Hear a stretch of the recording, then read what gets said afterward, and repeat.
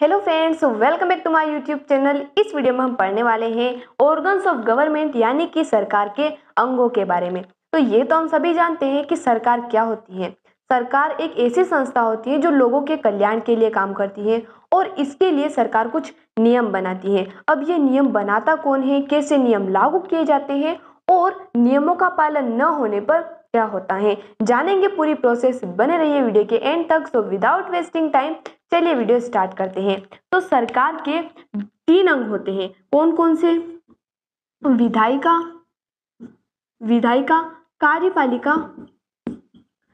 कार्यपालिका और तीसरी होती है न्यायपालिका। ये जो सरकार के तीनों अंग हैं, इसे हम हॉरिजॉन्टल डिस्ट्रीब्यूशन ऑफ पावर यानी कि सत्ता का क्षैतिज विवरण भी कहते हैं। क्यों कहते हैं? क्योंकि ये जो तीनों ऑर्गन्स होते हैं, सरकार के तीनों अंग होते हैं, ये एक ही स्तर पर होते हैं, बट इनकी शक्तियां, इनकी पावर्स क्या होती है, अलग होती हैं। कैसे अलग होती हैं? जैसे विधायिका जो क्या होता है, लेजिस्लेचर, उसका काम होता है लॉ मेकिंग का, यानी कि कानून बनाने का। अब कोई भी कानून बनाना है तो उसके लिए निर्णय लेने का काम होता है विधायिका का, लेकिन उस कानून को लागू कौन करता है? उस कानून को इम्प्लीमेंट करने का काम होता है कार्यपालिका का। अब देखिए, नियम बन गया, नियम लागू भी हो गया, लेकिन अगर बाय चांस नियम का क्या होता है, उल्लंघन होता है, यानी कि वॉयलेशन होता है, और अगर कहीं पर डिस्प्यूट यानी कि विवाद होते हैं तो उसके लिए न्याय कौन करता है? न्यायपालिका यानी कि जुडिशरी। सबसे पहले अगर हम बात करें कानून बनने की प्रक्रिया, तो कानून बनने की प्रक्रिया केंद्रीय स्तर पर अलग होती है और राज्य स्तर पर अलग होती है, यानी कि सेंटर लेवल और स्टेट लेवल। सबसे पहले हम बात कर लेते हैं केंद्रीय स्तर पर कानून बनने की प्रक्रिया। तो उसमें सबसे पहले आता है पार्लियामेंट। क्या आता है? पार्लियामेंट, यानी कि जिसे हम क्या कहते हैं, संसद कहते हैं। संसद के 2 सदन होते हैं, लोकसभा, यहाँ पर आप देख सकते हैं लोकसभा और राज्यसभा। लोकसभा को हम निम्न सदन और राज्यसभा को उच्च सदन कहते हैं। क्यों कहते हैं, जानेंगे आगे। तो सबसे पहले हम देख लेते हैं लोकसभा और राज्यसभा दोनों के ही जो सदस्य होते हैं, मेंबर होते हैं, उन्हें हम कहते हैं एमपी, मेंबर ऑफ पार्लियामेंट, यानी कि सांसद। अब जो सांसद होते हैं, लोकसभा सदन के अंदर जो सांसद होते हैं, उनके चुनाव होते हैं प्रत्येक 5 वर्ष में, और सांसद बनने के लिए जो आयु निर्धारित की गई है वो है 25 वर्ष, है ना। मध्य प्रदेश में इंडिया में अगर लोकसभा सीटों की बात करें तो 545 सीटों पर चुनाव होते हैं। कितनी सीटों पर? 545 सीटों पर चुनाव होते हैं, जिसमें से मध्य प्रदेश में कितनी सीटें हैं लोकसभा की? मध्य प्रदेश में लोकसभा की 29 सीटें हैं जिन पर चुनाव होते हैं। यहाँ तक बात क्लियर है। और हाँ, इसे निम्न सदन इसलिए कहा जाता है कि ये लोकसभा क्या होती है, अस्थायी होती है, यानी कि जैसे 5 साल में चुनाव होते हैं तो अगले 5 साल बाद जैसे चुनाव का समय आएगा तो उस समय सारे सांसदों का कार्यकाल खत्म हो चुका होगा, यानी कि सांसद क्या हो जाएंगे, लोकसभा क्या हो जाएगी, भंग हो जाएगी। इसीलिए हमने इसे निम्न सदन कहा है। अगर हम बात करें राज्यसभा की, तो राज्यसभा के जो चुनाव होते हैं वो प्रत्येक 6 साल में होते हैं, और इसके लिए जो आयु निर्धारित की गई है वो है 30 वर्ष। इसकी सीटों की अगर हम बात करें तो पूरे इंडिया में राज्यसभा की 245 सीटें हैं, और मध्य प्रदेश में कितनी सीटें हैं? 11 सीटें हैं। अब इसे हमने उच्च सदन कहा, क्योंकि अब आप कहेंगे कि यहाँ पर तो 5 साल में, यहाँ पर 6 साल में, तो इसे उच्च सदन क्यों कहा?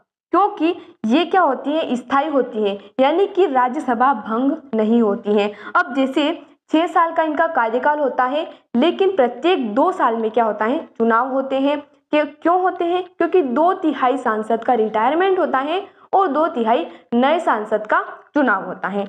ये जो चुनाव होता है ये अप्रत्यक्ष रूप से होता है ना। और लोकसभा के जो सांसद होते हैं उनका चुनाव प्रत्यक्ष रूप से होता है ना गाइस। यहाँ तक बात क्लियर है? अगर कोई भी डाउट आपको लगता है तो कमेंट में आप पूछ सकते हैं। और गाइस, एक और इम्पोर्टेंट बात, अब यहाँ पर देखिए, कोई भी दल यानी कि कोई भी पार्टी जिसको बहुमत प्राप्त हुआ हो वो क्या करेगी, अपने बहुमत दल का एक नेता चुनेगी। जो नेता क्या बनता है, प्रधानमंत्री बनता है। यानी कि और प्रधानमंत्री को शपथ दिलाने का कार्य किसका होता है, राष्ट्रपति का। यानी कि बहुमत दल का जो नेता होगा उसका नाम भेजा जाएगा राष्ट्रपति के पास और राष्ट्रपति शपथ दिला के उसे प्रधानमंत्री बनाएगा। लेकिन अगर सांसद में से ही कोई क्या चुना गया है, बहुमत दल का नेता चुना गया है, तो उसके पास तो लोकसभा की सदस्यता है। लेकिन अगर कोई ऐसा नेता बनाया गया है बहुमत दल का जिसके पास सदस्यता नहीं है तो उसे 6 महीने के अंदर अपनी सदस्यता प्राप्त करनी होगी, नहीं तो अन्यथा उन्हें पद से इस्तीफा देना पड़ेगा। जैसे कि इन्होंने अगर मान लीजिए मैं सांसद नहीं हूं और मुझे बहुमत दल का नेता बना दिया जाता है तो क्या होगा कि मुझे प्रधानमंत्री तो बना दिया जाएगा, लेकिन अगर 6 महीने में मुझे इसकी सदस्यता प्राप्त नहीं होती है और मुझे अपने पद से इस्तीफा देना पड़ेगा। आई होप गाइस आपको यहाँ तक समझ आ चुका होगा। ये तो हो गई कानून बनने की प्रक्रिया केंद्रीय स्तर पर। और अगर हम बात करें राज्य स्तर पर, यहाँ पर थोड़ा सा इसको समझ लेते हैं गाइस। राज्य स्तर पर जो कानून बनने की प्रक्रिया होती है उसमें सबसे पहले आता है विधानमंडल, है ना, स्टेट लेजिस्लेचर, जिसके भी 2 पार्ट होते हैं। कौन कौन से, एक होता है विधानसभा और विधान परिषद।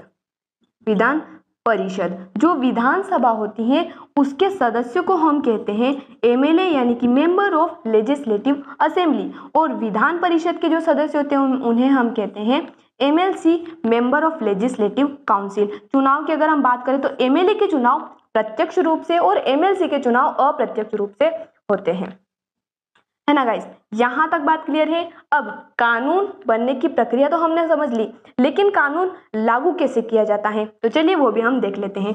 तो अगर हम बात करें सबसे पहले तो सेंट्रल लेवल की, है ना गाइस, सेंट्रल लेवल की, और उसके बाद हम बात करेंगे स्टेट लेवल की। तो केंद्रीय स्तर पर अगर पूरे देश में कोई भी कानून लागू करना है तो उसके लिए सबसे पहले रिस्पॉन्सिबल होता है प्रेसिडेंट यानी कि राष्ट्रपति। उसके बाद आता है वाइस प्रेसिडेंट, उसके बाद पीएम, और उसके बाद आते हैं काउंसिल ऑफ मिनिस्टर्स यानी कि मंत्रिमंडल। मंत्रिमंडल के अंदर कौन होता है, कैबिनेट मिनिस्टर, स्टेट मिनिस्टर और डेप्यूटी मिनिस्टर। यहाँ तक बात क्लियर है गाइस। लेकिन आपको लग रहा होगा कि पूरे देश में कानून लागू करने का काम प्रेसिडेंट का होता है, यानी कि प्रेसिडेंट पूरे सेंटर का मुख्य होता है, केंद्र का। लेकिन देश तो प्राइम मिनिस्टर चला रहे हैं, तो ऐसा क्यों? तो अगर हम बात करें अकॉर्डिंग टू कॉन्स्टिट्यूशन, संविधान के अनुसार जो पूरे देश का मुख्य होता है वो कौन होता है, प्रेसिडेंट होता है। यानी कि सारी पावर प्रेसिडेंट के पास होती है, लेकिन उन पावर्स का यूज कौन करता है, प्रधानमंत्री। इसीलिए देश नाम मात्र के लिए जो मुख्य होता है वो प्रेसिडेंट होता है, बट पावर्स का यूज करता है प्राइम मिनिस्टर। अगर हम बात करें स्टेट लेवल पर, तो स्टेट लेवल पर भी सेम रहेगा। जो सबसे मुख्य रहता है किसी राज्य का, गवर्नर यानी कि राज्यपाल, जो कि नाम मात्र का मुख्य रहता है। उनकी पावर्स का यूज कौन करता है, सीएम यानी कि मुख्यमंत्री। इसके बाद आते हैं इस प्रोसेस में काउंसिल ऑफ मिनिस्टर्स यानी कि मंत्रिमंडल। अब ये आपस में इंटरकनेक्टेड कैसे है वो भी हम जानेंगे। सबसे पहले यहाँ पर हम देख लेते हैं एक और जो हमारा टॉपिक बचा है, न्यायपालिका। तो यहाँ पर हमने देखा कि जो विधायिका होती हैं उसमें क्या होते हैं, सांसद होते हैं। बहुमत दल का नेता क्या बनता है, प्रधानमंत्री बनता है। यानी कि ये दोनों जो होते हैं, विधायिका और कार्यपालिका, साथ मिलकर काम कर सकते हैं। ये दोनों क्या होते हैं, इंटरडिपेंडेंट होते हैं। लेकिन जो न्यायपालिका है वो क्या होती है, इंडिपेंडेंट होती है। क्यों होती है, क्योंकि इसका जो कार्य होता है न्यायपालिका का, उसमें कार्यपालिका और विधायिका का कोई रोल नहीं होता। अगर यहाँ पर इसको समझे, हम यहाँ पर समझ लेते हैं। तो इसमें अगर हम बात करें, सबसे पहले आता है हमारा सेंटर। तो सेंटर लेवल पर कौन होता है, सुप्रीम कोर्ट होता है ना गाइस। कौन होता है, सुप्रीम कोर्ट होता है। और स्टेट लेवल पर कौन होता है, हाई कोर्ट होता है। कौन सी लेवल पर, स्टेट लेवल पर।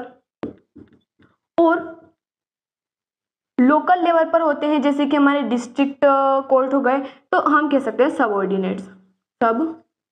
ऑर्डिनेट्स होते हैं। है ना गाइस। और न्यायपालिका की एक खास बात भी है कि हम इसमें अपील कर सकते हैं। जैसे कि हमारी कोई समस्या है, हम गए डिस्ट्रिक्ट कोर्ट में, वहां पर हमारी समस्या का समाधान नहीं होता है तो हम हाई कोर्ट में अपील कर सकते हैं, और साथ ही हम सुप्रीम कोर्ट में भी अपील कर सकते हैं। अगर हाई कोर्ट में भी हमारी जो समस्या है उसका समाधान नहीं होता है तो सुप्रीम कोर्ट में भी हम अपील कर सकते हैं।